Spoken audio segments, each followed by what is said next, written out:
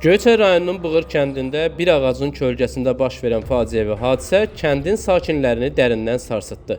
Hər gün olduğu kimi bu gün də Müşfiq Şirinov günəşin ilk şüaları ilə birlikdə işə başladı. Lakin bu adi gün onun ömrünün son səhifəsi olacaqdı.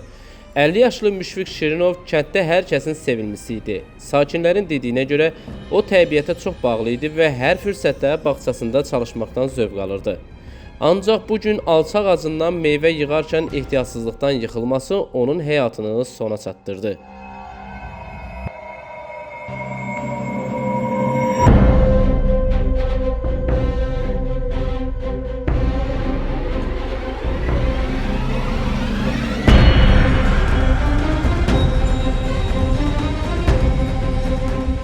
Hadisə baş verən anda kənd cəmaatı köməyə tələsdi. Lakin təəssüf ki, Müşfiqin həyatını xilas etmək mümkün olmadı.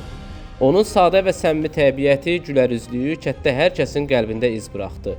Bu hadisə yalnız bir nəfərin yox, bir kəndin kədərini özündə əks etdirir. Gözlənilməz ölümün təsiri ilə kənd sakinləri bir araya gəlib Müşfiqi son mənzilə yola saldı. Bu faciəvi hadisə həyatının nə qədər kövrək olduğunu bir daha xatırlatdı və hər kəsə sevdikləri ilə daha çox vaxt keçirməyi, dəyər verməyi öyrətdi. Faktla bağlı Göyçay rayon prokurorluğunda araşdırma aparılır.